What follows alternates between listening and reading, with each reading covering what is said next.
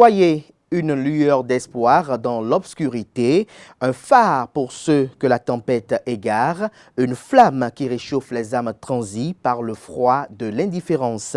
Si vous ne pouvez être la plume qui écrit le bonheur des autres, soyez la main bienveillante qui adoucit leur peine, le souffle léger qui dissipe leurs tourments et ravive en eux la flamme de l'espérance. Que la sagesse éclaire nos pas, qu'elle nous enseigne la patience dans l'épreuve, l'humilité dans la réussite et la générosité dans l'abondance. Car au-delà des mots et des gestes, c'est la lumière que nous portons en nous qui éclaire le monde et le rend plus beau. Bonjour à toutes et à tous, bon réveil matinal, bienvenue sur Free Matin. Ce rendez-vous matinal d'information, d'analyse et de divertissement sur ESAE TV. Maître Adrien Rumbedji a reçu hier à son domicile une délégation du parti politique Union Progressiste Le Renouveau, conduite par son président, Maître Fifamen Djogbenou. On en parlera au cours de cette matinale, notamment dans la une des journaux que j'aurai à vous présenter avec beaucoup de plaisir, mais également dans le bulletin matinal d'information qui ce matin vous est présenté par Francis Ola Fahami.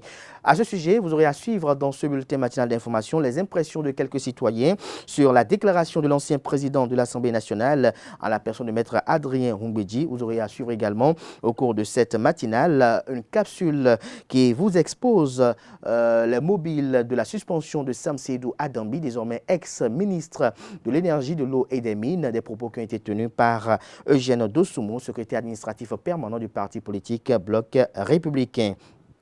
En sport, avec Anaël Dohou, on me fait savoir ce matin que le Bénin décroche une qualification au mondial de tennis. Aspac BBC est sacré champion du tournoi international Louis Edem Basketball Championship. La CAF organise un séminaire pour former les jeunes arbitres. Tout ceci sera au menu de cette matinale, notamment dans la page des sports. La définition du jour avec Komlan Kanté Amoussou nous fait découvrir l'expression « avoir la vie dure ». Les trucs et astuces avec Atifa et Tayo Olafa. Quelques solutions pour redonner vie à une plante morte vous seront exposées.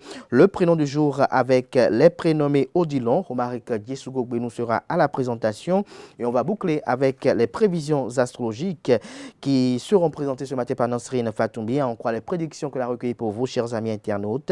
Les natures du signe vierge paraissent les plus favorables ce jour. Amis natifs du signe, les astres vous soutiennent dans votre travail et vos projets professionnels. Vous serez fait preuve de persévérance et de rigueur. Juste après elle, comme à l'accoutumée, j'aurai installé pour vous le panel de discussion avec Carles Kitome, Romaric Djesugogbenou, Atifa et Yitayo Olafa, Nosrine Fatoumbi. Ce matin, on s'interroge de savoir si on peut entreprendre avec un membre de sa famille. Et puis en fin d'émission, je vais recevoir pour vous avec Atifa Olafa, le secrétaire général du cadre de concertation des confessions religieuses. Michel Alokpo, le pasteur évangéliste, aura à opiner sur l'actualité politique nationale. Voilà un peu la trame de cette émission matinale du jour. Chers amis internautes, juste après l'instant pub qui vous vante les mérites de l'École supérieure d'administration, d'économie, de journalisme et des métiers de l'audiovisuel. Juste après ceci, on se retrouve pour la une des journaux.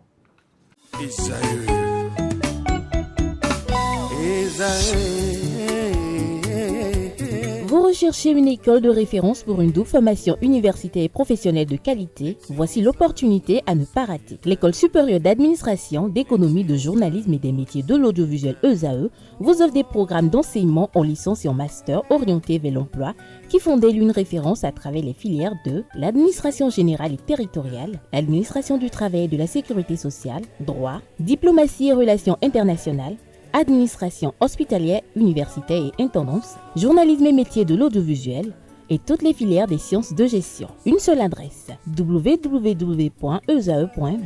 Rendez-vous dès maintenant sur nos campus ESAE Bedjromende au numéro 90 93 65 21 ou au numéro 98 98 14 00. Paracourt sur le numéro 52 46 12 12.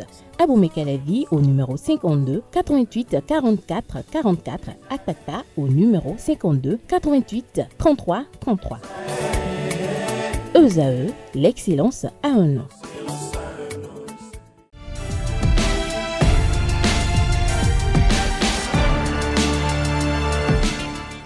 Bonjour à nouveau, chers amis internautes. Nous démarrons cette une des journaux comme il est de coutume sur ESAE TV par le quotidien Maison. Le quotidien béninois d'information générale et d'analyse L'Informateur qui ce matin en manchette s'intéresse au mariage Union progressiste UP et le Parti du renouveau démocratique PRD. Le Canard estime qu'il est l'heure des clarifications. En manchette, il écrit avec pour illustration les photos du président Joseph Diagbénou et également celle de Maître Adrien Humbedji. Le Canard écrit « Le mariage entre l'Union progressiste UP et le Parti du renouveau démocratique PRD qui a couché l'Union progressiste Le Renouveau UPR a-t-il consacré à jamais à la disparition du PRD et de l'UP ?» s'interroge le Canard.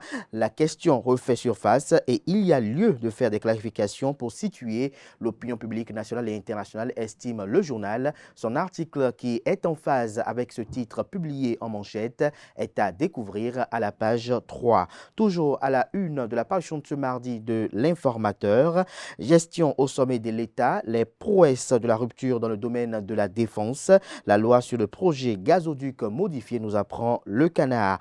On lit également à la une de L'Informateur de ce 4 février de l'an 2025, dossier PPEA 2, liste des sociétés invitées à justifier des dettes, à découvrir en page 6. À l'oreille droite, journal école, sauvegarde de la culture Yoruba, les dispositions lesquelles vous sont présentées entre les quelques lignes réservées aux productions journalistiques des étudiants en formation sur les différents campus de l'ESAE, l'École supérieure d'administration, d'économie, de journalisme et des métiers de l'audiovisuel qui a ses campus dans les villes de Cotonou, d'Abomey-Calavi et de Parakou.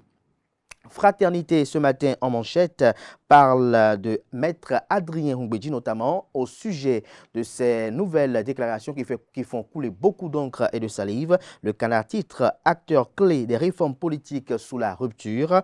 Maître Adrien Humbedji crache dans sa propre soupe. En illustration du titre, une photo de famille sur laquelle on aperçoit Maître Adrien Humbedji entouré de Joseph Fifame Diagbénou, président du parti politique Union progressiste Le Renouveau. À ses côtés, le président de l'Assemblée nationale du Bénin, Louis Gbéounou Vlavonou, membre influent du parti politique UPR. Également, vous avez Gérard Benonchi et d'autres cadres de cette formation politique. Retrouvez l'analyse que fait le Canard des récents propos de Maître Adrien Humbedji à la page 3 de sa livraison. Vol de carburant et contrebande sur le fleuve Niger. Pas de liberté pour les mises en cause. Le matinal à présent, réaction sur l'actualité politique nationale. Maître Adrien Humbedji confirme son inconstance politique, estime le Canard, l'homme visiblement rattrapé par ses vieux démons. On lit également à la une de Le Matinal de ce matin, affaire détournement de 1,6 milliard de francs CFA à Agitip Bénin, 2 ans de prison requis contre Raymond Adekambi. On lit également à la une de la même parution de ce matin du journal, boulevard de la Marina, le coût de l'infrastructure dévoilé. Le Canard nous apprend que le ministre conseiller aux infrastructures, à la gouvernance locale et au cadre de vie, Jacques Ayadji a fait une sortie médiatique en fin de semaine dernière pour apporter des précisions concernant le coût de la réalisation du boulevard de la Marina en réponse à une réaction de Guy Dossou-Mitokwe, porte-parole du parti d'opposition Les Démocrates. On découvre à présent Matin Libre qui ce matin en manchette avec une interrogation très pertinente. Le Canard titre contre l'exclusion et pour les libertés. Maître Adrien Humbedji, pourquoi maintenant? Retrouver les motivations de cette interrogation et également les fondements de ces inquiétudes éventuelles à la page 2 de sa parution de ce matin. Affaire Carlos Adouanon. Après sa condamnation, Blaise Salanon demande l'intervention du président Patrice Talon. On découvre à présent le potentiel, criette, cours de répression, des infractions économiques et du terrorisme exilé et tensions politiques. Maître Adrien Humbedji face à la réalité. L'ancien président de l'Assemblée nationale peine à mobiliser autour d'une cause qui n'aimait plus grand monde, estime le journal. Dernière grande tournée présidentielle. Dernières informations, grande tournée présidentielle. Patrice Talon sur les routes du Bénin dès avril 2025. Le président veut écouter les préoccupations et exposer les priorités de fin de mandat, nous apprend le journal. Audience au cabinet du président de l'Assemblée nationale. Louis Gbéounou Vlavonou reçoit une délégation d'anciens parlementaires. Info Matin à présent, gestion de fin de mandat et approche des élections de 2026. Bruno Amoussou convie l'Union progressiste Le Renouveau à la vigilance. On lit également à la une de Info Matin de ce matin, propos sur la situation des exilés et prisonniers politiques. Maître Adrien Ngbeji veut s'attirer la foudre de Patrice Talon. PRD et UPR, bientôt le clash, se questionne le confrère. Le pays émergent quant à lui, le Bénin désormais dans le groupe H mondial de la Coupe Davis. Le ministre Benoît Dato, un des artisans de cet exploit historique, ouf de soulagement pour le président de la FBTE, Jean-Claude Talon, et les membres de son comité exécutif. Le journal quotidien Nassiara ce matin manchette, déclaration controversée de Maître Adrien Ngbeji, un parcours politique marqué par l'opportunisme et l'instabilité, précise le Canard. Le Canard fait savoir que depuis plusieurs décennies, Maître Adrien Ngbeji navigue sur les vagues de la politique béninoise avec des volte-face troublantes, celles de l'inconstance. Tour à tour, alliés et adversaires des indifférents régimes qui se sont succédés, il semble aujourd'hui encore vouloir se repositionner, espérant tirer profit des dynamiques politiques à venir. Mais cette fois-ci, la manœuvre est trop évidente pour ne pas être dénoncée. Retrouvez la suite de l'article du journal, très édifiant, à la page 3 de sa livraison. On découvre à présent la une de Filao News, Devoir de mémoire, 8 février 2024. Le président Patrice Talon était face aux hommes des médias un an après. Le Canard s'interroge. Retrouvez des détails sur les motivations de ces interrogations dans les colonnes de sa parution. Le Grand Regard nous publie ce matin en manchette. Aide de l'État aux médias du secteur privé au Bénin, la panacée pour une presse libre et responsable, se questionne le confrère. Le grand jury, quant à lui, échange de vœux à l'Union progressiste Le Renouveau de la commune d'Abomey-Calavi. Enfin, la division à l'interne est allée au grand jour. Les députés Victor Tokbanou, tête de liste Union progressiste Le Renouveau, et Fouton, carrément écarté. Dynamisme Info, quant à lui, réaction à la condamnation de Olivier Bokor et de Osvaldo Meki. Ces entités politiques visiblement dans les rôles de marionnettes. Décryptage Info, quant à lui, pour non-respect des obligations de couverture 3G, 4G, MTN et Move Africa écopent de 4 milliards 800 millions de francs CFA d'amende. Le Canada nous apprend que l'autorité de régulation des communications électroniques et de la poste du Bénin, ARCEP, vient de sévir contre deux des principaux opérateurs télécoms du pays.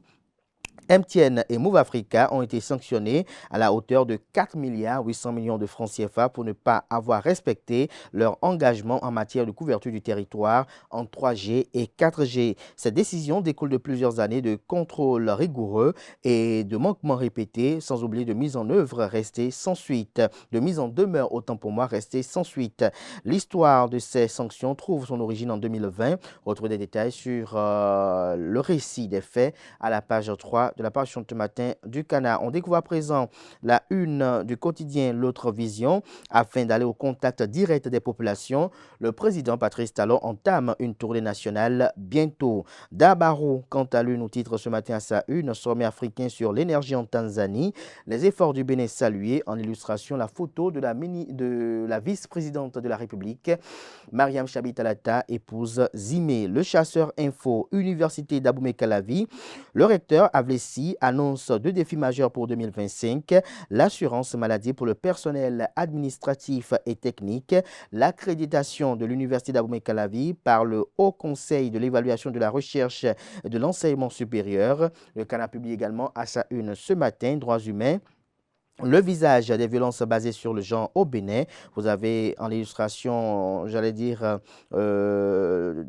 avez en illustration une invite du Canard qui vous convie à découvrir à la page 3 ses fondements. Le Canard présente bien évidemment le visage des violences basées sur le genre au Bénin. Ce sera tout pour la présentation de quelques titres parus ce jour dans la presse locale. Les quotidiens sont disponibles dans les kiosques, également accessibles en ligne pour ceux d'entre eux disposant de sites internet. Merci de votre attention.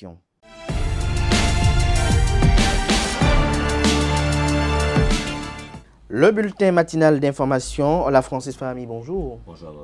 Merci d'être là. Vianney Aneldo, bonjour. Bonjour.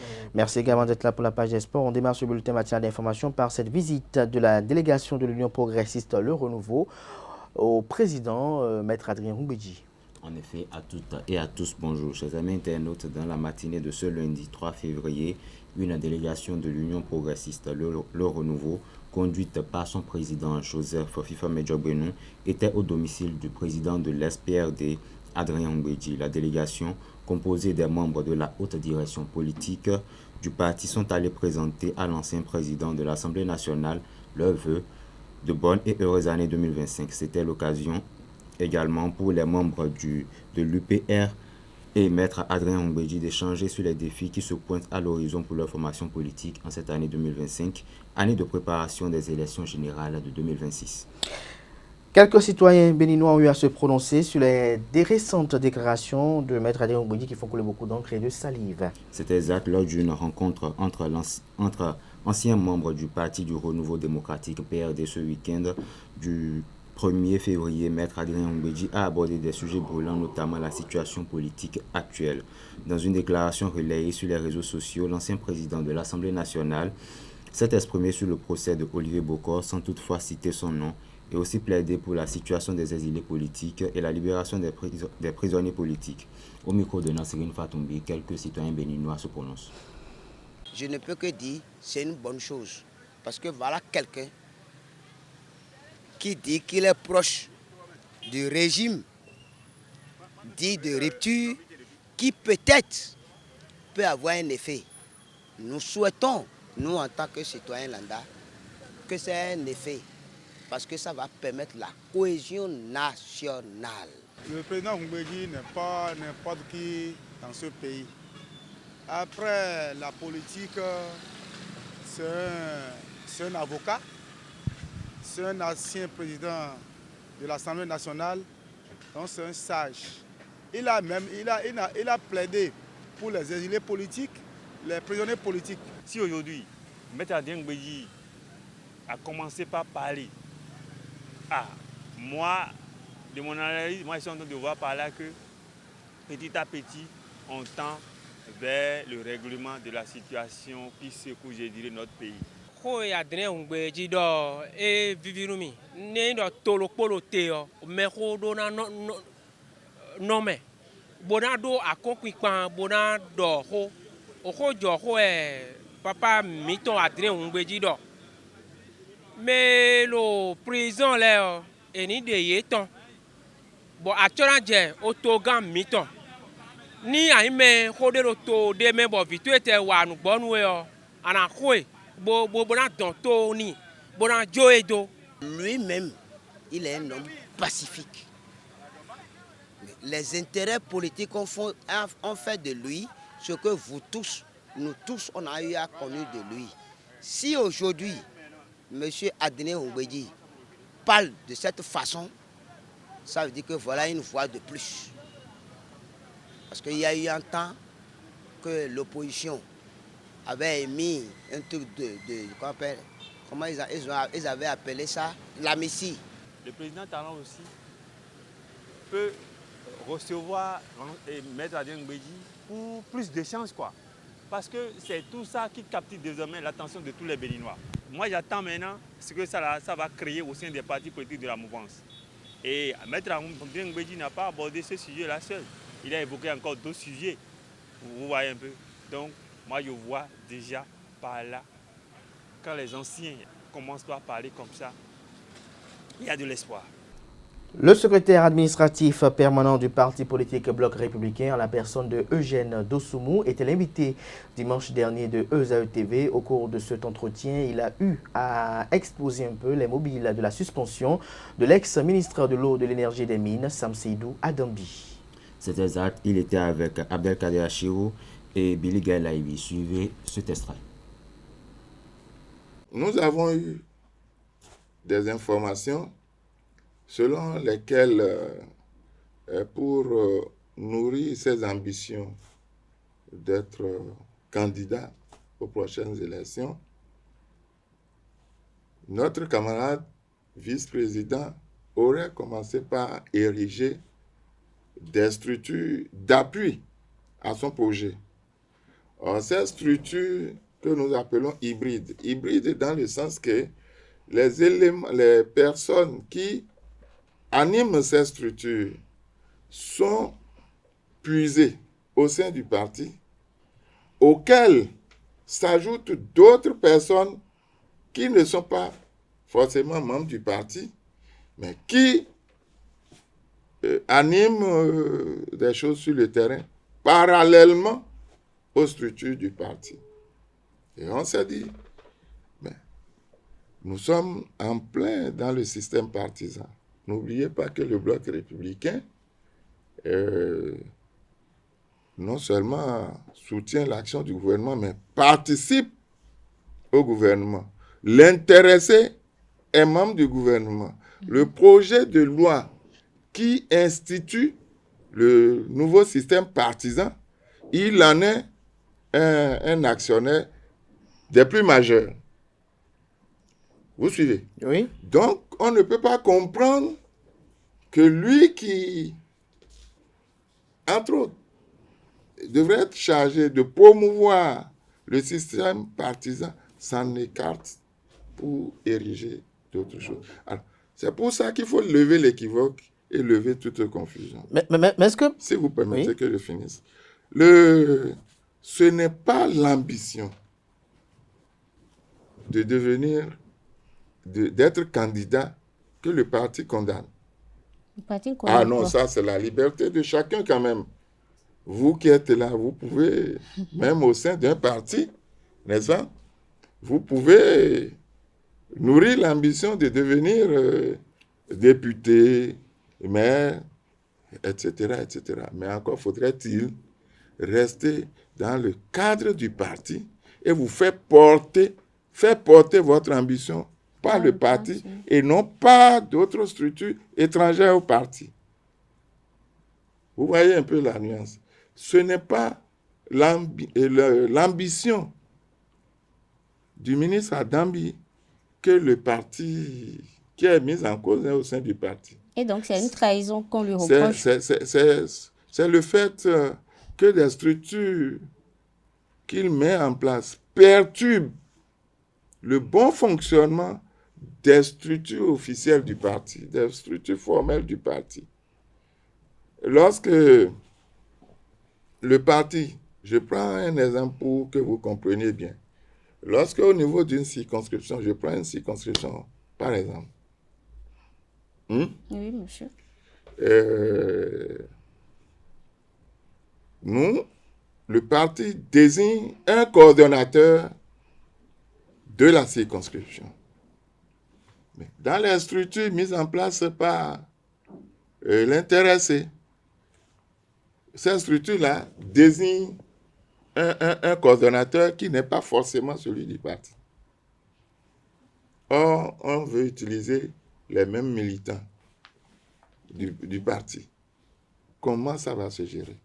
Il y aura une hiérarchie, ça va perturber les militants. C'est plutôt ça qui lui est reproché.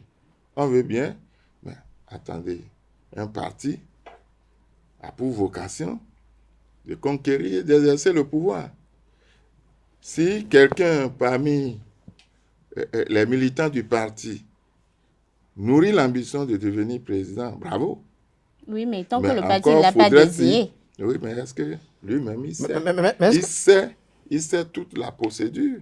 Il a élaboré il a contribué à l'élaboration de toute la procédure qui conduit au choix des candidats au sein du parti. Est-ce que c'est déjà trop tard? Nous étions en 2024. Hein.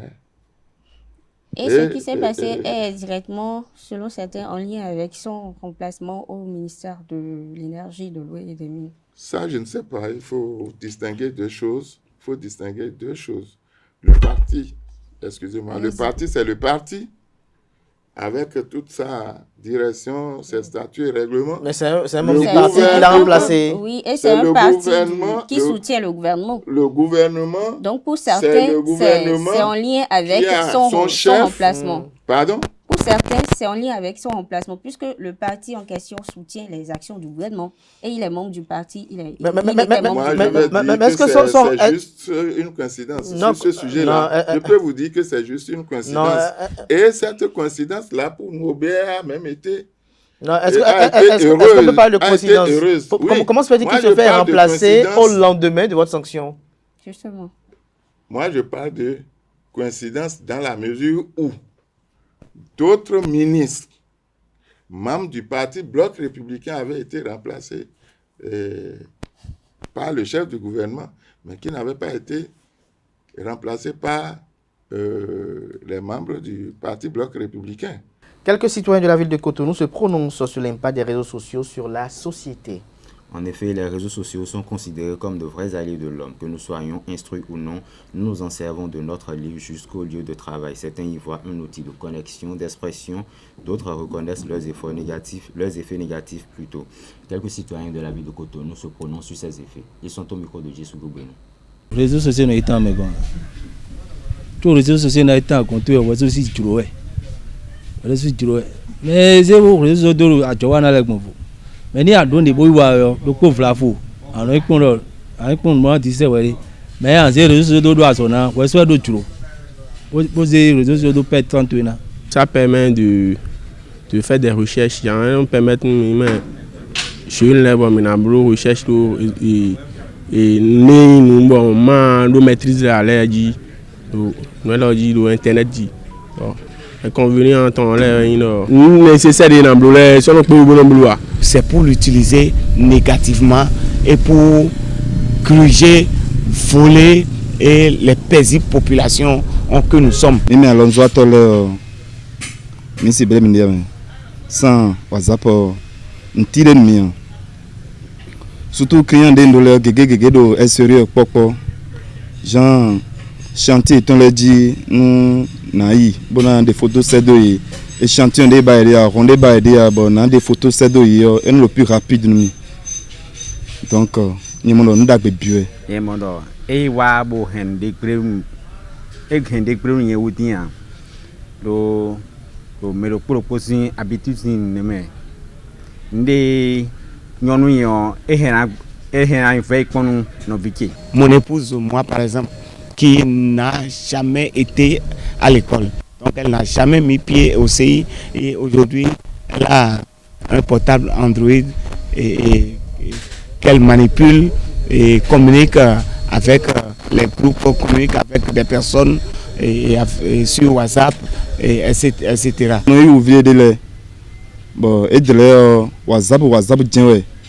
Bazode de nous wa nous mion et nous WhatsApp so ibame bon dota WhatsApp me e ren belo fide bole blon do fide ay khadimi anzidona de la yana bi bon TikTok e blubo mina jira jodeji ben ni jonu bo e wa ko mi tonu bo mi mo bona jira jodeji benanyo nka akondion et sodo inyowe de bonda yo fi mi ton le no vi mi ton le surtout dada mi ton le atimo et wa kan TikTok glebi sur les réseaux sociaux on suppresse tout oui mais il faut essayer de corriger par rapport aux enfants, nos enfants surtout. On boucle ce bulletin matinal d'information avec l'histoire de la forêt sacrée de Passé. En effet, la forêt sacrée de Passé est un îlot forestier situé à Ouida, au lieu du Vaudon, dans le sud du Bénin. Amis internautes, elle abrite plusieurs divinités autour desquelles s'organisent périodiquement de grandes cérémonies. C'est aussi un musée à ciel ouvert qui accueille de nombreux visiteurs. Dans cet élément, Désiré Passé, nos guides touristiques, aborde au micro de Jacques Marion d'Almeida la spiritualité dans ce lieu emblématique de la spiritualité de la culture Vaudon. Suivez plutôt. C'était le 4 juillet 1988 qu'il y avait une tempête. Il y avait une tempête toute sur l'étendue du territoire où dans la forêt ici, il y a 7 arbres. 7 arbres qui étaient tombés. Ceux dont vous parlez étaient tombés sur la voie, ça avait barré la voie. Quand c'était barré la voie, ils avaient appelé les bûcherons de venir couper l'arbre le 14 juillet 1988. Et c'était le 14 juillet qu'ils avaient appelé les gens pour rentrer dans la forêt pour couper l'arbre. Leur machine a coupé. Premièrement, la machine ne marchait pas. Ils étaient là à 8 h du matin. Première machine ne marchait pas. Deuxième, ils sonnaient 15 h qu'ils ont allé chercher une autre machine pour venir couper. Quand ils sont venus, machine a commencé par travailler, cette machine a commencé par travailler. Ils avaient enlevé les branches de l'arbre et ça restait le tronc. Arrivé au niveau du tronc, premier morceau qu'ils ont scié, arrivé sur le deuxième morceau, qu'il y a encore une autre tempête qui a commencé. Cette tempête avait fait tomber tout ce qui était dans la forêt, ils étaient tombés, s'évanouir. Et c'est après le vent, maintenant, quand ils se sont retrouvés debout, qu'ils ont vu le reste de l'arbre non coupé qui s'est déjà relevé, il s'est remis à sa place. Donc l'arbre est toujours là où on a clôturé parce que vous savez, chez nous, les gens venaient chercher les racines de l'arbre, ses écorces, ses feuilles, pour interdire à ceux-là qu'ils ont clôturé l'arbre pour le distinguer parmi d'autres arbres. Après ça, vous allez voir le principal arbre de la forêt qu'on appelle Kwasé Loko. Le nom du roi, c'est Kwasé. Je vous ai dit qu'il n'était pas mort. Il était disparu en 1661, s'est réincarné en un arbre. L'Iroko est le principal arbre sacré de la forêt. Là où se font les grandes cérémonies, les vœux positifs.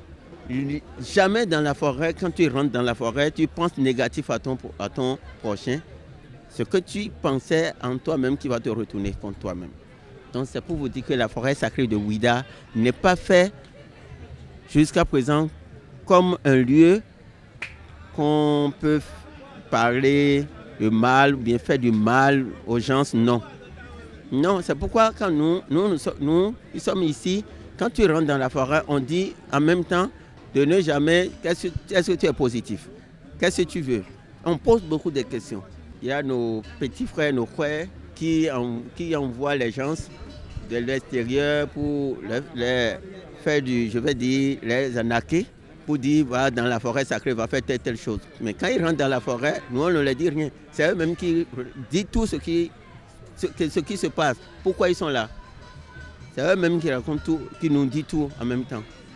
Et là, nous, ces preuves-là, nous avons pour dire, dans la forêt, c'est toujours resté comme il était, où toujours on garde l'histoire de la forêt, on garde la tradition de nos ancêtres.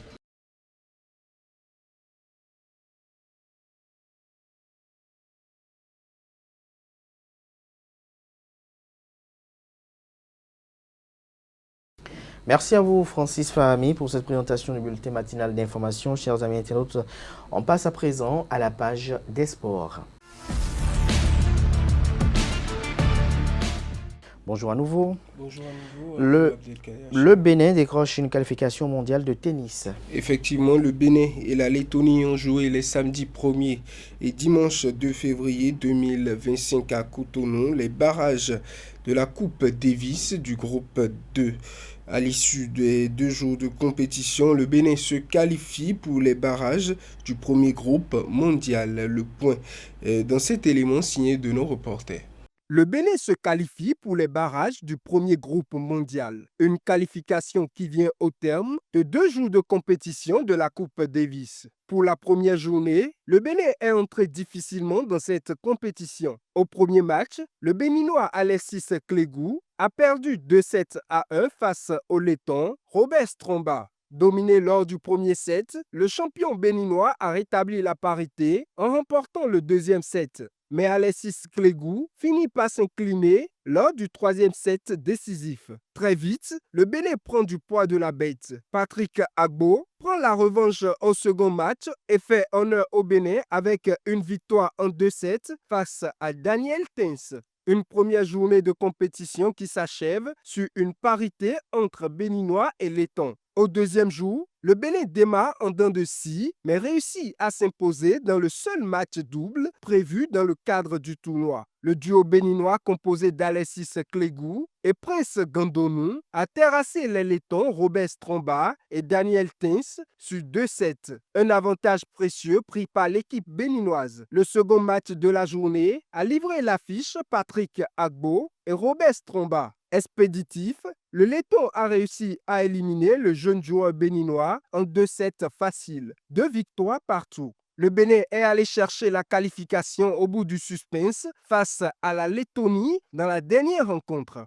Après les 4 premiers matchs, la décision finale s'est faite sur la dernière rencontre. Cette dernière a opposé Sylvestre Monou à Daniel Tins dans un duel de jeunes joueurs. Facile dominateur lors du premier set, le numéro 1 béninois a souffert durant le second set. Malgré ses nombreuses fautes directes, Sylvestre Monou a eu raison de son adversaire, donnant ainsi une 3e victoire synonyme de qualification au Bénin. Cette réussite sur la Lettonie qualifie le Bénin pour les barrages du premier groupe mondial. Ces derniers vont se jouer au mois d'août prochain. Aspac BBC est sacré champion du tournoi international Louis Edem Basketball Championships.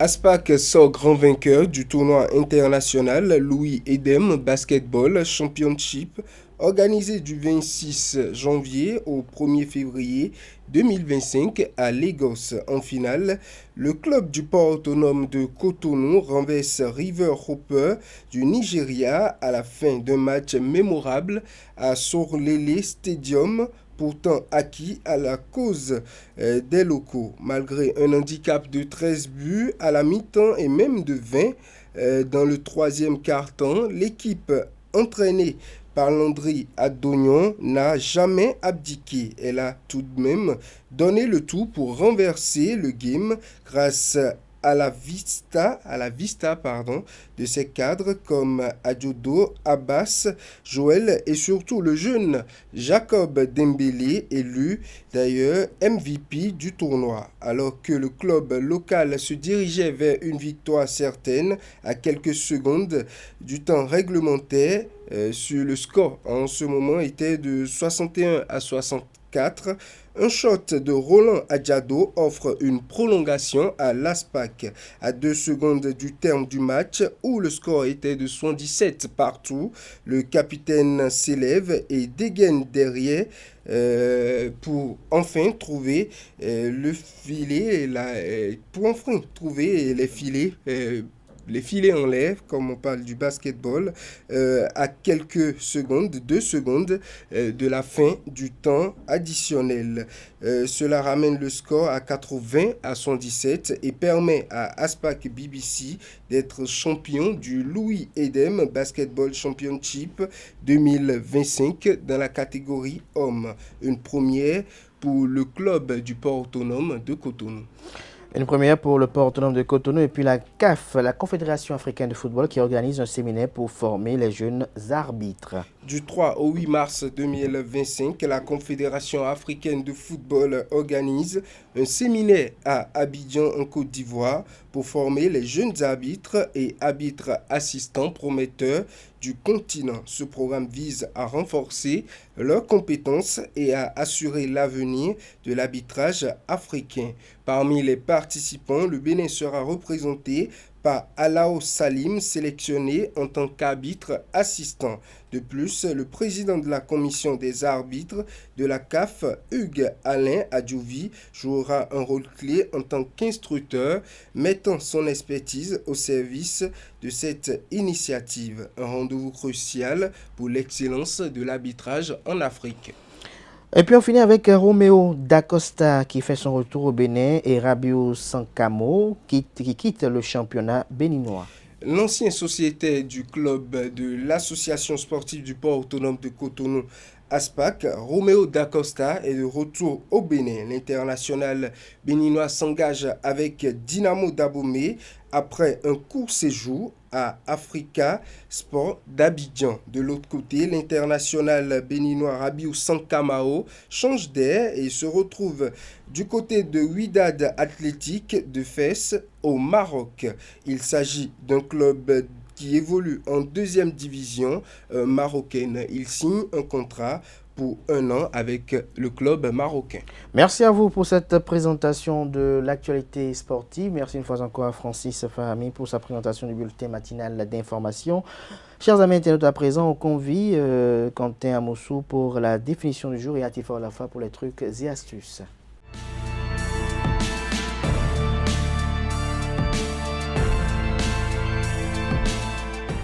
La définition du jour, comme l'an Quentin Amoussou, bonjour. Bonjour Kader. Merci d'être là. Et Atifa Olafa, bonjour. Bonjour Abdelkader. Merci d'être là pour les trucs et astuces. Ce matin, l'expression qu'on nous fait découvrir, chers amis internautes, puisque je suis religieusement aussi comme vous, c'est l'expression avoir la vie dure. Effectivement, amis internautes, bonjour. Avoir la vie dure est une expression dont l'origine n'est pas assez connue. Et tout ce qu'il faut retenir est que cette expression signifie être résistant, en d'autres termes, être difficile à tuer. Alors, amis internautes, à son origine, cette expression qui s'applique pour parler de quelque chose ou de quelqu'un qui est difficile à tuer ou quelque chose qui est résistant. Eh bien, par extension, on l'utilise, je parle bien sûr de l'expression pour parler de quelque chose qui perdure ou encore quelque chose qui a du mal à disparaître, tel que les mauvaises habitudes ou encore les préjugés. Et voilà, c'est tout pour la définition de ce matin. Merci à vous pour cette belle présentation assez instructive, chers amis internautes. On suit Atifa Olafa juste après ce jingle pour les trucs et astuces.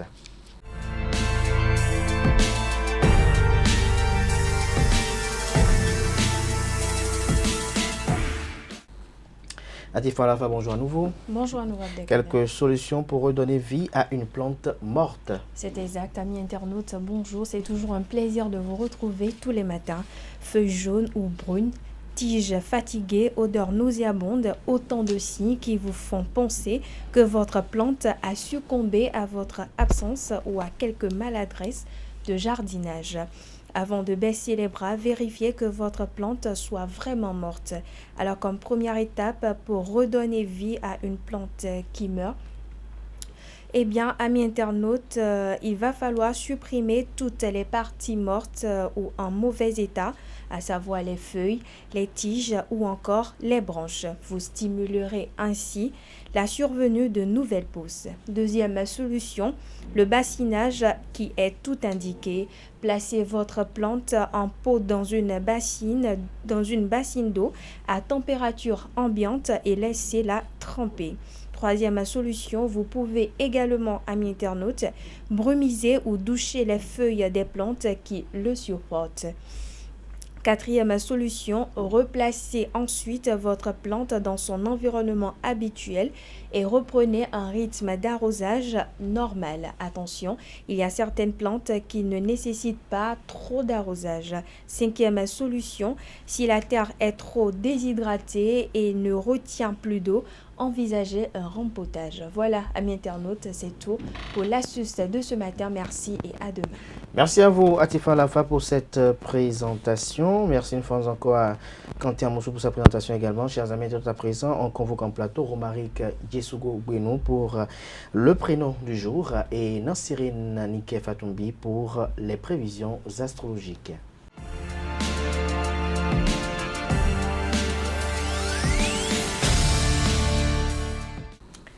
Le prénom du jour avec Romaric Djesougo Bouenou, bonjour. Bonjour Kader. Merci d'être là. Nansirine Nike Fatumbi, bonjour. Bonjour. Merci d'être là pour les prévisions astrologiques. Chers amis internautes, on découvre aujourd'hui les prénommés Odilon. Oui, amis internautes, bonjour. Nous allons parler des personnes qui se font appeler Odilon ce 4 février de l'an 2025. Alors, d'origine germanique, Odilon vient du mot Odo ou encore Odal. Sa signification, c'est richesse, fortune, et qui parle de richesse ou fortune, parle de patrimoine également. Caractère de ce prénom, disons que Odilon est une personne drôle, très attachant, fantaisiste parfois de nature, enthousiaste et taquin. Nul doute, Odilon a peur de la gravité et donc il évite toute situation d'inconfort. L'histoire raconte que Odilon est de l'an 962. Paralysé des jambes dès sa naissance, il fut guéri miraculeusement par la Vierge Marie.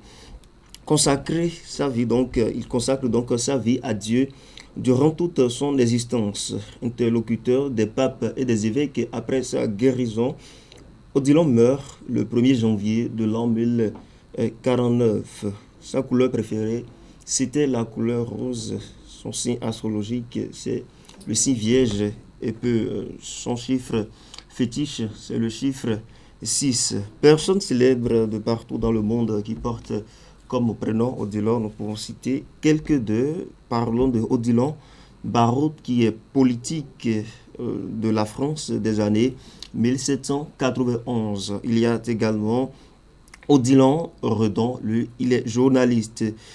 Prénom dérivé de Odilon, nous avons Odelin, écrit avec IN à la fin, Odon, ON à la fin, Olan, nous avons Oton. Et bien sûr, le féminin de ce prénom, c'est Odile ou encore Odette, tout ce que vous voulez. Du moins, s'il y a un I après le D. Voilà, amis internautes, ce sera tout pour cette présentation de la rubrique Prénom du jour. Merci à vous. Vous restez avec moi. On retrouve Nosserine Fatoumi, mais avant, une pensée spéciale à Gilles Odilon Yakoubou, une pensée spéciale également à Odilon Sosa.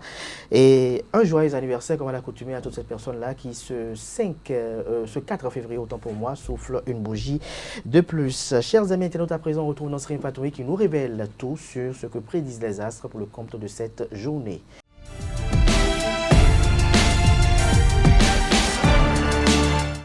Nasrine Fatoumi, bonjour à nouveau. Bonjour à nouveau, Abdelkader. Que prédisent les astres à nos amis internautes ce matin? Amis de la rubrique horoscope, bonjour et bienvenue sur votre rubrique horoscope du jour. Aujourd'hui, nous allons nous accentuer sur le côté professionnel. Alors, amis bélier, n'hésitez pas à partager vos idées. Elles seront bien accueillies. Vous saurez être efficace et organisé, ce qui vaudra des éloges de la part de vos collègues. Taureau, les opportunités se multiplient et vous saurez les saisir avec talent et détermination. Continuez sur cette voie. Le succès est au bout du chemin. Amis gémeaux, vous êtes sur le point de franchir une étape importante dans votre carrière. Votre travail acharné et votre détermination seront enfin récompensés. Natif du signe cancer, vous avez toutes les cartes en main pour réussir et vous épanouir dans votre vie professionnelle. Saisissez les opportunités qui se présentent à vous avec confiance et détermination. Lion, votre audace et votre ambition vous permettront de décrocher de belles opportunités professionnelles ce jour. Un projet qui vous tient à cœur est sur le point d'être concrétisé. Chers amis vierges, les astres vous soutiennent dans votre travail et projets professionnels. Vous saurez faire preuve de persévérance et de rigueur. Balance à présent votre sens de la diplomatie et de la communication vous permettra de briller dans votre environnement professionnel. Continuez à cultiver ces qualités, elles vous seront bénéfiques. Amis scorpions, ne laissez pas les petites contrariétés vous déstabiliser. Gardez le cap et tenez bon, le succès est à votre portée.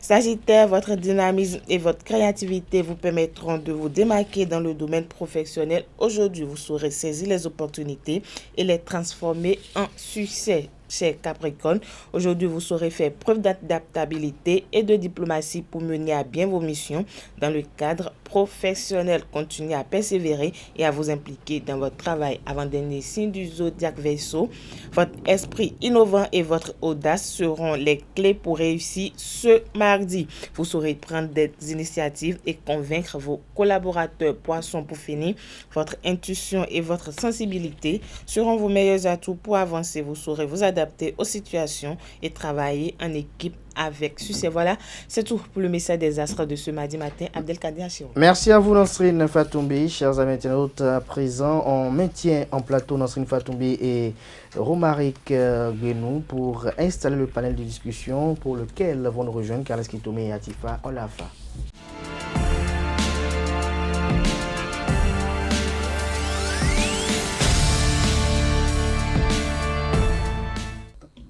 Le panel de discussion, Carles Kitoumé, bonjour. Merci d'être là. Bonjour à nouveau à Atifa, Nosserine et Romaric. Bonjour à nouveau. Alors ce matin, on s'interroge de savoir si on peut entreprendre avec un membre de sa famille. Carles Kitoumé, est-ce que vous oserez? Bien sûr. Je pense que entreprendre avec un membre de sa famille n'est pas une chose impossible. L'essentiel, c'est que on puisse vibrer au même diapason que ce membre de sa famille. Parce que vous savez, en entreprise, il y a une question de vision, il y a une question de foi, il y a une question d'engagement. Donc, si les trois conditions sont réunies et que nous avons les mêmes rêves, on peut toujours entreprendre. L'essentiel, c'est de prendre les garde-fous pour qu'au cas où, parce qu'en affaires, il faut s'attendre à tout, au cas où il y aurait grabuge, que chacun puisse quand même tirer ses marrons du feu. Donc, ce n'est pas parce qu'on est avec un membre de sa famille qu'il faut baisser complètement les gardes pour signer tous les actes qu'il faut pour qu'au cas où il y a malentendu, chacun puisse partir avec ce qu'il a apporté. Et il en est de même quand on est avec un étranger. Donc, moi, je pense même que c'est mieux de commencer quelque chose avec un membre de sa famille s'il y a un peu de confiance. S'il y a un peu de confiance. Atifa, à la fin, est-ce que vous allez tenter cela? Bien sûr. Bien sûr, absolument. Entreprendre quelconque activité avec un membre de sa famille a aussi ses atouts. Après, tout dépend de la personne que vous avez en face. Et je crois, lorsque vous avez, que ce soit un ami, un conjoint ou un membre de sa famille, il faut déjà connaître la personne que vous avez en face. Et quand je parle d'un membre de la famille, je suppose que c'est quelqu'un avec qui vous avez grandi, vous avez reçu la même éducation, vous avez eu le temps de voir les défauts et les qualités de cette personne-là. Donc pour moi, on peut entreprendre avec cette personne parce que c'est quelqu'un déjà que vous connaissez, que vous maîtrisez un peu d'une façon ou d'une autre. Et donc, il serait intéressant quand même d'entreprendre avec un membre de sa famille. Il serait intéressant d'entreprendre avec un membre de sa famille. Nasrin Patoumi, pour vous? Oui et non.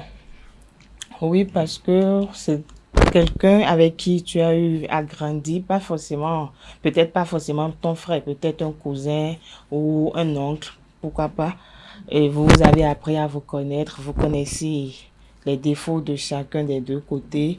Et aussi, s'associer avec un membre de sa famille requiert aussi beaucoup d'inconvénients. Là, à ce niveau, vous êtes obligé de gérer beaucoup de conflits à la fois, mélanger vie privée et vie professionnelle.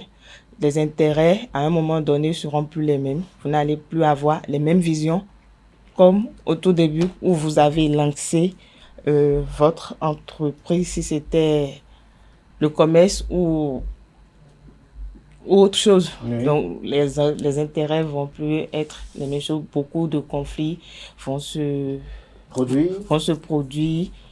Beaucoup de choses quand même comme intérêt. Et aussi, après, l'autre pourra peut-être, si c'est l'autre qui apporte plus de clients à la boîte, il pourra décider d'un jour à l'autre d'aller créer sa propre boîte, faire la même chose que toi. Donc pour vous, ensemble? Non. Non, vous ne faites rien avec un membre de votre famille? Non. Romaric, écoutez, il y a une affaire, déjà entreprendre, c'est une... Oui ou non? Déjà, je suis partant pour entreprendre avec un membre de ma famille, que la personne soit un frère direct, un cousin, en tout cas un ami. En tout cas, ça dépend de la définition que je prends pour la famille. Maintenant, entreprendre, c'est une vision, c'est un engagement, c'est une ambition, c'est une affaire de foi.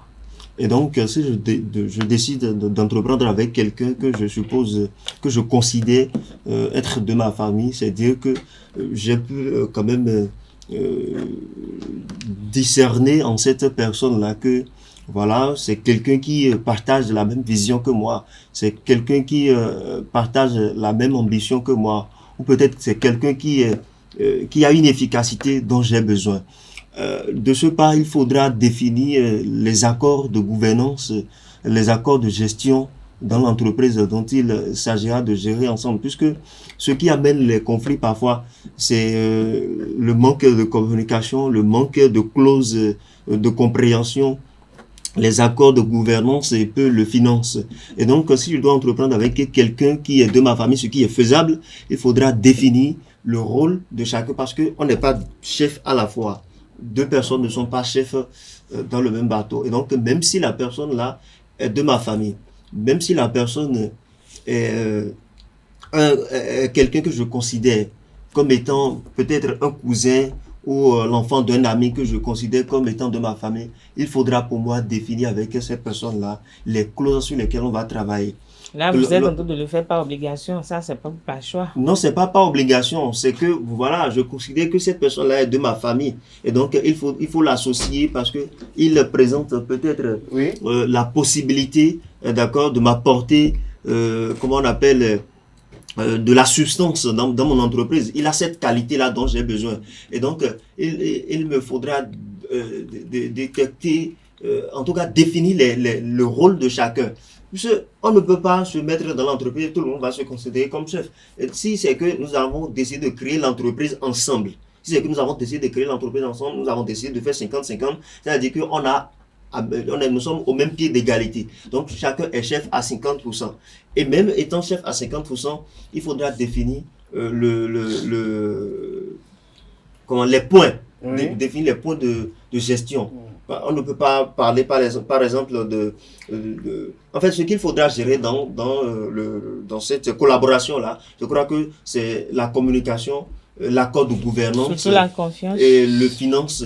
Et si je ne suis pas là, ou si c'est lui qui a plus de priorité sur moi dans l'entreprise, il faudra... Comment il aura plus de priorité sur vous dans l'entreprise? C'est bien possible. Une fois que vous faites 50-50, il aura encore plus de priorité. Je crois que c'est ce qui pose le plus gros problème dans... Bon, en entreprise, quand même, pour créer une entreprise qui n'est pas uninominale, il faut passer par un acte notarial.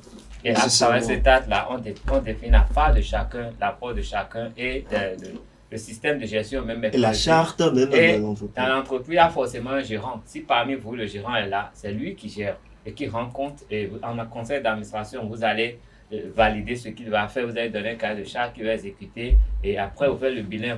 Chacun prend sa part du bénéfice.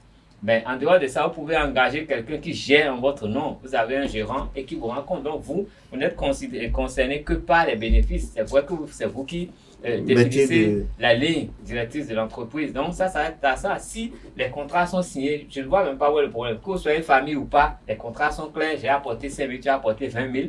Voilà comment on gère. Et après, en conseil d'administration, c'est comment on fait. Si je suis fâché, je vends mes capitaux et je m'en vais. Il n'y a pas de problème.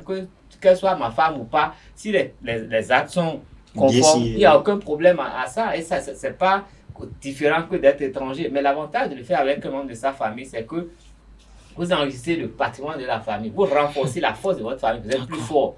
Même si vous n'entendez pas en famille, en affaires, vous pouvez vous entendre parce que vous y gagnez de l'argent. Le souci, c'est que tout dépend de la personne à qui vous avez affaire. Si par exemple, vous avez un frère ou une sœur et vous connaissez, vous savez que peut-être le frère en question, c'est quelqu'un qui n'est pas docile, qui n'est peut-être pas quelqu'un qui accepte qu'on lui donne des ordres, qui est quelqu'un qui accepte recevoir et non forcément vouloir donner tout le temps. Vous pouvez entreprendre, il n'est pas sérieux. Vous pouvez avoir des frères avec qui vous voyez en lui peut-être quelqu'un qui est docile, qui peut écouter quand on lui parle, quelqu'un qui peut rester là pendant que vous êtes là, sans forcément se sentir inférieur à vous. Le problème lorsque vous entreprenez avec un membre de votre famille, c'est que il n'y a pas la communication. Il y a toujours quelqu'un qui a les yeux toujours plus gros que son ventre. Il veut toujours tout. C'est-à-dire, il veut être à la fois le chef, quel que soit ce que vous faites. C'est-à-dire, il veut à la fois être le chef, il veut être celui qui coordonne, il veut être celui qui bénéficie de tout et il veut qu'on lui rende compte de tout. Alors que ça ne peut pas se passer comme ça. Et je crois que lorsque vous délimitez les tâches, lorsque vous délimitez les tâches, à un moment donné, quand la personne faillit, vous prenez les dispositions qu'il faut. Et le problème, c'est qu'aujourd'hui, on a tendance à mélanger vie privée et vie professionnelle, surtout quand vous entreprenez avec un membre de la famille. La personne peut supposer que oui, mon grand frère n'est pas là aujourd'hui, je peux me permettre tout ce que je veux, je peux décider d'envoyer un employé de la boîte quelque part ou bien je peux décider de garder le capital aujourd'hui et ne pas forcément tout déclarer. Le capital, ce n'est pas à la maison. Écoutez, une entreprise sérieuse, c'est traçable. Si vous voulez faire sortir de l'argent, il y a le processus, il y a un manuel. Vous suivez ça, on sait comment l'argent sort, on sait comment l'argent entre. C'est pas que l'argent est dans une caisse et chacun se lève, il va prendre. Non, c'est pas une épicerie. Non, une entreprise, c'est une entreprise. Ça, c'est pour ceux qui savent que pour entreprendre ou pour monter une entreprise familiale, il y a des étapes à suivre, il faut prendre, il faut déclarer, mais quelqu'un qui décide de faire un commerce, par exemple, qui n'a peut-être un commerce divers, qui ne veut pas forcément déclarer ou bien qui a s'il est sérieux, il a un cahier, il a un journal. S'il est sérieux, il a un journal. Il a un journal, mais qu'est-ce qui prouve que le frère ou le cousin ou l'oncle avec qui il est en train d'entreprendre déclare forcément tout ce qu'il a vendu dans la journée. Et il est obligé de déclarer. Alors, moi j'ai une inquiétude. J'ai une inquiétude. Dites-moi, Romaric Djiskogounou, vous aussi, vous êtes partant d'entreprendre avec un membre de votre famille. Est-ce que lorsque le membre de votre famille décolle, est-ce que vous êtes prêt à faire usage de toutes les voies de recours, si possible, pour le faire en tant que raison? Par exemple, s'il vous a détourné, par exemple. Il dira que le lien sale, c'est là en famille. Non, mais lorsque vous parlez d'entreprise, vous ne parlez pas de la famille. Ah, d'accord. On est lié peut-être pas le lien du sang. On est lié peut-être pas le lien familial. Mais le service, le lieu professionnel, il faut que ce soit un cadre professionnel. Il ne faut pas tenir compte du fait que je suis le parent sinon le grand frère de ta maman pour peut-être gérer mon entreprise. Par exemple, si je te confie mon entreprise, il faut être fort mentalement parce que vous avez de ces personnes-là qui, lorsqu'ils veulent prendre les choses en main et décident de sanctionner un frère ou un cousin avec qui ils entreprennent, tout de suite on va se plaindre à la famille, tout de suite c'est les parents qui s'en mêlent. Qu'est-ce que j'ai dit dans ma première prise de parole? Et on dit c'est ton frère, il faut laisser couler. Pourtant vous vous accepteriez par exemple que le grand frère à votre moment soit condamné à 5 ans de prison parce qu'il n'a pas été correct? Qu'est-ce que j'ai dit dans ma première prise de parole? Avant d'arriver à travailler avec quelqu'un qui est de votre famille, avant d'arriver jusqu'à ce stade-là, n'est-ce pas, il faut considérer, il faut pouvoir détecter le fait que la personne nourrit la même ambition. Celui qui nourrit la même ambition que vous, lorsque votre agent vient dans l'entreprise, il ne met pas ça dans sa poche. Il ne va pas détourner votre argent. On dit qu'il ne faut jamais faire affaire avec celui que tu ne peux pas envoyer en prison. Donc moi, je ne me vois pas faire affaire avec eux. Donc, ça serait une affaire de famille, on va te dire. Ça, c'est eux, moi, je ne suis pas. Vous enverrez tous vos employés en prison lorsqu'ils vont venir peut-être. L'entreprise, c'est pas une affaire de famille. Merci à Carles Kitome, merci à Tifa Olafa, merci à Omaric Djesgougounou. Effectivement, je fais mienne les opinions de Nancine Fatoubi. On ne fait pas d'affaires d'argent avec quelqu'un avec qui on ne peut pas envoyer directement en prison. Quelqu'un qui sera condamné et que la famille va vous mettre à genoux pour vous dire s'il vous plaît, pourquoi à cause de toi il a eu 5 ans ou 10 ans. Je crois en affaires, il n'y a pas de pitié. Merci à vous pour vos différentes opinions. À présent, on va installer pour vous le pasteur Michel Alopo qui va commenter l'actualité politique nationale.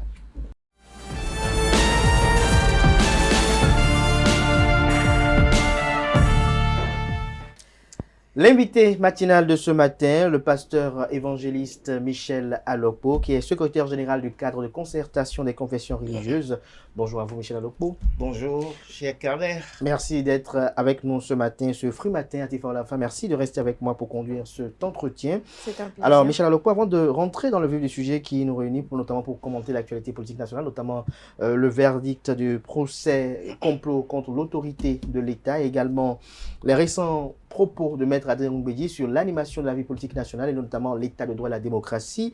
On a eu un panel de discussion ce matin sur Free Matin. On s'est interrogé de savoir si il est bienséant, il est sécurisé d'investir ou d'entreprendre avec un parent.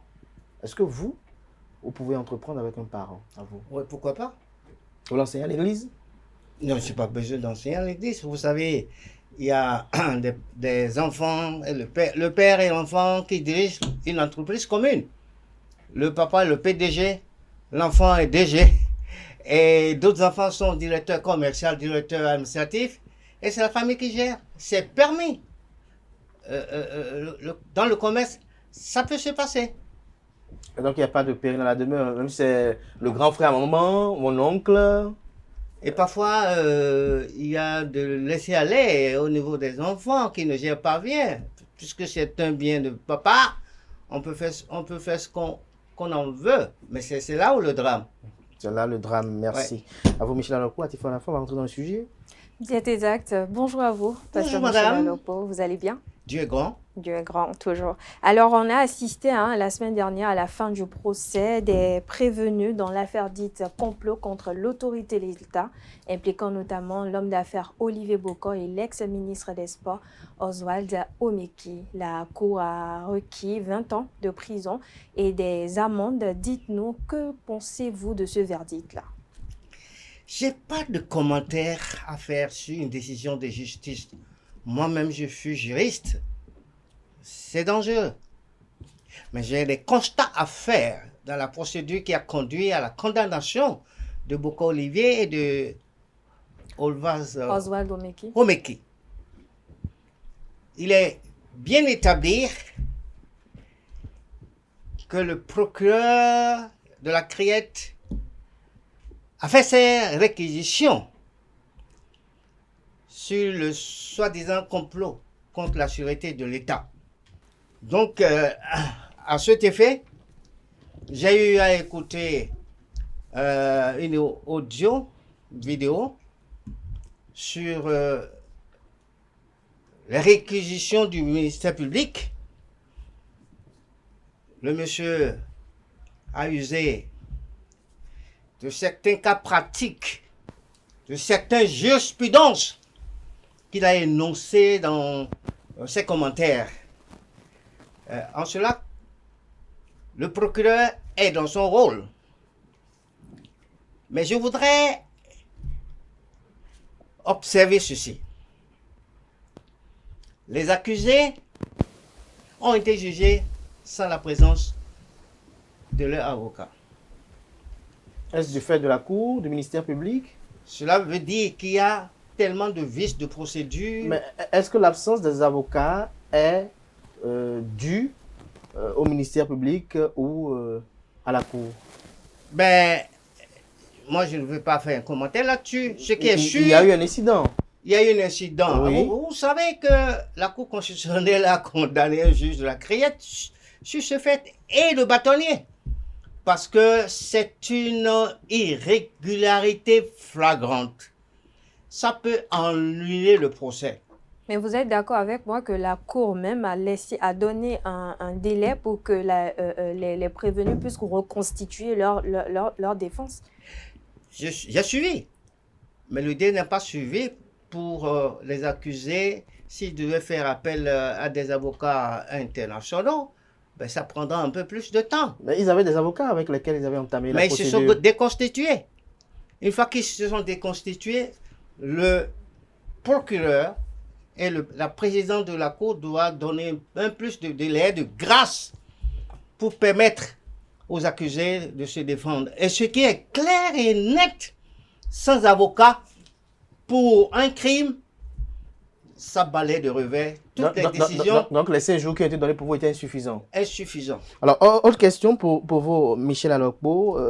Vous avez écouté les déclarations là-bas, notamment celle de l'agent de sécurité qui a dit avoir vu son patron effectuer des mouvements suspects, le cash en liquide, comment les fonds ont été constitués. Vous avez suivi un peu les déclarations là-bas de part et d'autre. Comment vous êtes ressenti pour vous? Est-ce que pour tout cela, pour vous donne l'impression d'une machination? Mais vous savez que ce n'est pas d'aujourd'hui que ces hommes politiques font du transfert d'argent et sans être inquiétés. Vous savez qu'il y a le mouvement OB, financé par certains hommes politiques et des amis. Des amis à vous? L'argent, il est trop haut. C'est des milliards qu'ils ont dépensés pour mettre en place un mouvement OB partout. Ben, on ne peut pas assimiler la sortie de ces sous à un complot contre la sécurité de l'État. Vous avez écouté le commandant de la garde républicaine, vous avez écouté NCA Côte d'Ivoire. Le commandant de la garde républicaine, je m'en viens à lui. Vous savez que dans un autre dossier pareil, le général Philippe Oudéon a dit qu'on l'a approché pour un soi-disant coup d'État. Mais il a décliné l'offre. Pourquoi? Tes voisins n'a pas décliné l'offre qu'on lui a offert d'aller faire un coup d'État à son chef. Il pouvait décliner l'offre. Est-ce que vous pensez entre le colonel Dieudonné Thévois-Adjret qui est en fonction et le général Louis-Philippe Oudéon qui est à la retraite, des deux, vous pensez qui est plus à même à effectuer un coup d'État si vraiment il y avait cette intention? Qui est plus habilité, qui a plus les rapports de force en sa faveur? Est-ce que vous connaissez celui qu'on appelle Oudéon Philippe? Vous connaissez aussi le colonel Thévois-Adjret? Je ne le connais pas. Ah, bon? J'étais au ministère de l'Intérieur. Renseignez-vous sur son parcours. C'est un homme qui est créé d'abord par la police. Oui, mais le galon de général qu'il a porté. Mais je n'ai pas souvenance déjà qu'il y a eu coup d'État effectué par un policier à la retraite. Ça peut arriver.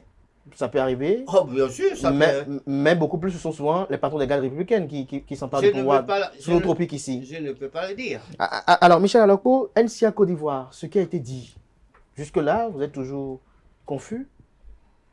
NCA Côte d'Ivoire, qui évoque, qui relate un peu les liens entre le ministre Oswald Olmeki et le patron de la garde républicaine. Qu'est-ce que cela a? Quel lien a avec un complot contre la sécurité de l'État? Donc c'est leur argent qu'ils ont déposé sur le compte du monsieur. Si le monsieur n'était pas d'accord. Mais pourquoi vous, en tant que pasteur évangélique, pourquoi vous ne déposez pas 50 millions aussi sur votre compte? Pourquoi on ne ouvre pas un compte? Est-ce que j'en ai? Ça dépend de leur amitié. Ah bon? Vous n'avez pas d'amitié? Mais écoute, ils ont dit que c'est par rapport au transfert de l'argent qu'ils ont sollicité. Tévoyere, je ne sais pas quel lien qui existe entre Tévoyere et les deux puissants accusés de ce dossier. Vous avez écouté le procès? J'ai écouté. Vous avez écouté les déclarations là-bas? Oui. Mais vous n'avez pas eu de révélation? Il faut retenir une chose. Le colonel Tévoyere, à plusieurs reprises, a avoué qu'il n'a jamais eu d'entretien avec Boko Olivier dans le souci d'aller faire un coup d'État. Plusieurs fois, à l'enquête préliminaire, à l'instruction et devant la cour. Il a dit qu'il n'a pas eu de lien avec Boko Olivier. Et comment on peut lier cette histoire les 250 millions du bail de Portéo qui devait parvenir à Olivier Bokor, qui sont retrouvés mystérieusement au domicile d'Orza Domeki. Comment vous expliquez cela? Ah bon, moi je ne peux pas vous le dire, j'ai pas la preuve. Mais ça a été dit, les intéressés n'ont pas contredit cela. Ça a été dit, mais est-ce que... Ils n'ont pas contredit cela. C'est servent à faire un complot? C'est la question. Tout est là.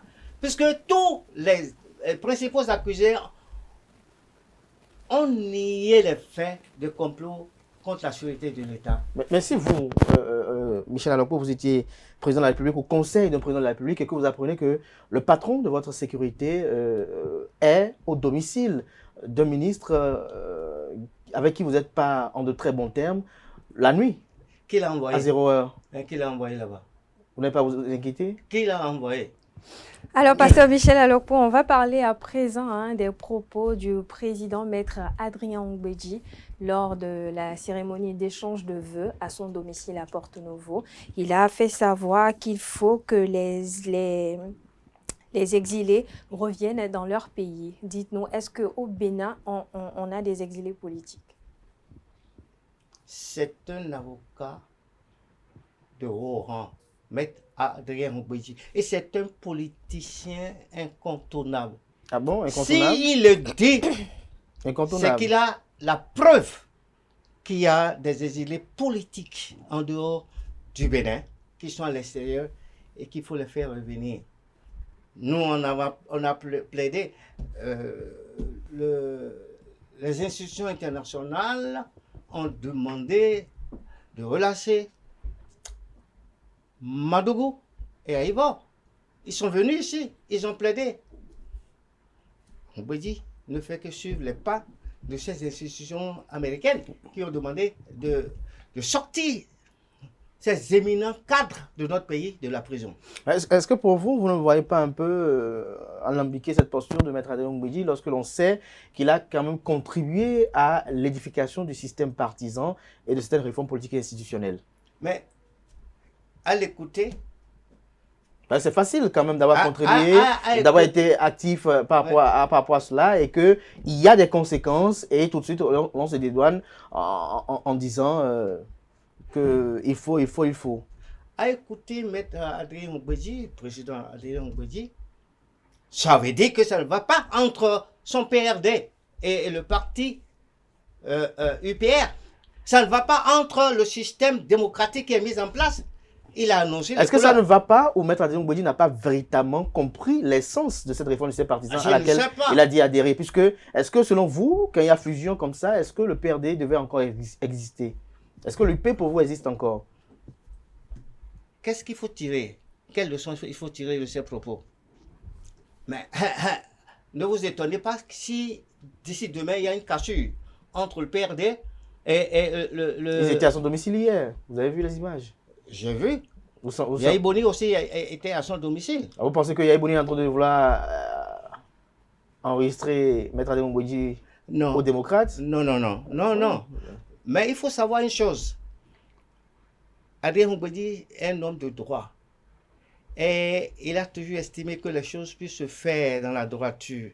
Il a dénoncé une chose, la dictature. Il a dénoncé la manière dont le pouvoir se gère dans le pays. il n'est pas d'accord. Ah bon? Et il demande que les exilés rentrent. Il a ses raisons. Et je l'appuie. Mais quand il était président du Parlement, lorsqu'il parlait de république saccagée, banalisée, fragmentée, les adjectifs n'en finissent, en ce moment-là, est-ce que cette république-là est différente de celle d'aujourd'hui? Au moment où il le disait devant Patrice Talon. C'est à lui de tirer la conclusion de ce qu'il dit. Merci à vous, Pasteur Michel Alopo, pour vos opinions. J'espère que vous serez disponible dans la semaine pour un débat contradictoire sur cette actualité. Si vous le désirez. Merci, on le désire si bien et on fera invite. Merci à vous. Merci à Atifa Olafa d'avoir conduit avec moi cet entretien. C'était Free Matin de ce matin. Un petit mot pour conclure. Un petit mot pour conclure. Je n'ai pas de commentaire à faire sur la décision de la présidente de la Cour, ni les réquisitions du ministère public, mais je dis, j'ai un flou dans ma tête par rapport à ce procès.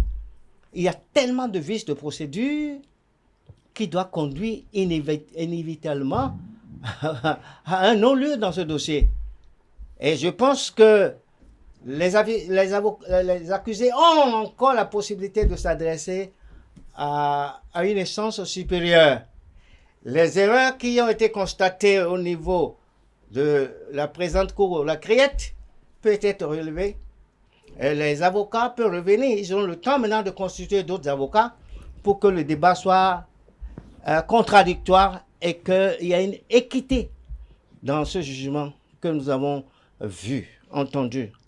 Je vous remercie. Merci à vous, Michel Alopo. Je rappelle que vous êtes le secrétaire général du cadre de concertation des confessions religieuses, pasteur évangélique. Merci une fois encore à vous, à Atifa et Tayo Lafa. Chers amis internautes, c'est la fin de Free Matin de ce matin. Merci de votre attention. Portez-vous bien. Belle suite de programme sur EZAE TV. On se retrouve demain mercredi. Par la grâce et la volonté divine, demain, on aura pour inviter le professeur David Kofi Azar, prêtre de Fa et président du CONASEB.